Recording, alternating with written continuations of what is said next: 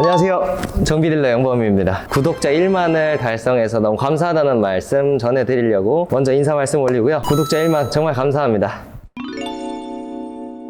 이번에는 현대기아에서 잘못 만든 차를 좀 소개를 시켜드리려고 왔어요. NF 소나타랑 그랜저 TG인데요. 제가 정비하면서 좀 안타깝게 봤었던 차량들이 이 차량들이거든요. 요거 뭐 엔진이나 미션 쪽이 큰 문제는 없고 괜찮은데 무슨 소리 하냐? 라고 하시는 분들이 계실 수 있는데, 같은 연식에 비해서 얘네가 뒤쪽에 리어 크로스 멤버라는 부분에서 부식이 굉장히 심해요. 부식이 단순하게만 많은 게 아니라 부식 때문에 하체가 갑자기 주저앉아서 주행이 불가능한 경우도 있기 때문에 NF 소나타 그랜저 TG를 중고차로 구매를 하려고 하시는 분들은 엔진 미션 상태도 중요하겠지만 하체 부식 상태도 꼭 한번 확인을 하셔야 되거든요. 이게 꼭 리프트를 띄운다고 보이는 게 아니라 밑에서도 일단 이렇게 고개를 숙여서도 볼 수가 있는 부분이거든요. 일단 이쪽으로 와서 한번 보실게요. 일단 이렇게 보시면 저렇게 뭐 스프링 있는 부분 있죠. 이런 부분을 확인을 해야 되는데, 이 차량은 주행거리랑 뭐 연식이 그래도 소나타 치고는 굉장히 좋은 차량이라서 깔끔한 걸 보실 수가 있습니다. 이렇게 꼭 한번 확인을 해주시고 넘어가 주셔야 되고요. 물론 연식이 있다 보니까 조금의 부식은 있을 수 있습니다. 너무 심한지만 확인을 한번 해주시고 바로 다음 차량으로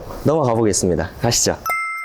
K5랑 YF 소나타의 세타 엔진입니다. 이 엔진 같은 경우에 몇 년만 나왔다가 바로 없어졌어요. 엔진 개발을 하는 데 있어서 좀 천문학적인 비용이 들어가는데, 이걸 몇 년밖에 안 팔아먹고 바로 없앴다는 이유는 현대기아에서도 이 문제를 직시하고 바로 바꿨다는 거거든요. 문제가 생기면 피스톤 막 벽 긁으면서 막 다다다다다다 소리가 나고 경운기 소리가 함께 나면서 운행 자체가 안 되는 경우도 있어요. 강조해서 말씀드리는 이유 중에 하나가 차량에서 제일 중요한 게 엔진이잖아요. 물론 이 연식 차량 세타 엔진에서도 괜찮은 차량을 구매를 하실 수는 있겠지만, 이런 복합적인 부분을 고려를 한다면 당연히 많은 사람들이 좀 말리는 이유가 다 있으니까, 혹시나 구매를 꼭 해야겠다, 내 예산대에는 맞는 차량이 이 차량밖에 없다 하시면 꼭 무조건 엔진 소리를 주의 깊게 들으셔야 되고요. 소리 그리고 엔진 진동, 안의 상태를 꼭 확인하시면서 구매를 하셔야 됩니다. 바로 또 유명한 고질병이 있는 차량으로 출발하시겠습니다. 가시죠.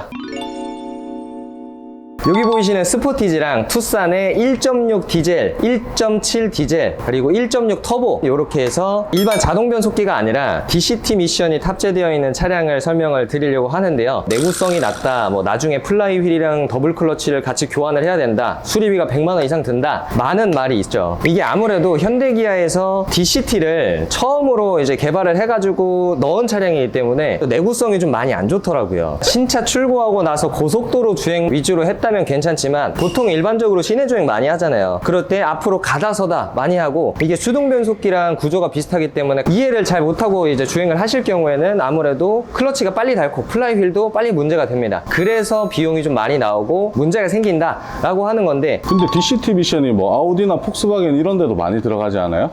많이 들어가긴 하는데요. 현대기아에서 막 처음 막 개발해가지고 바로 넣어버린 거라 아무래도 시행착오가 있어서 16년, 17년, 18년도에 나온 DCT 미션 차량들은 이렇게 내구성이 좀 많이 안 좋습니다. 이게 보통 한 10만 킬로쯤 되면은 플라이 휠이랑 더블 클러치를 교환을 해야 되는데, 이게 아무래도 100만 원 정도가 왔다 갔다 넘는 비용이 들어가서 처음에 출발할 때 차가 많이 떨리진 않는지, 디젤차 같은 경우에는 시동을 걸었을 때 갈갈갈갈갈 하는 경운기 소리가 나진 않는지 꼭 한번 점검을 하고 구매를 하셔야 돼요. 이걸 그냥 간과하고 구매를 하실 경우에는 바로 100만 원 정도의 수리 비용이 들어갑니다.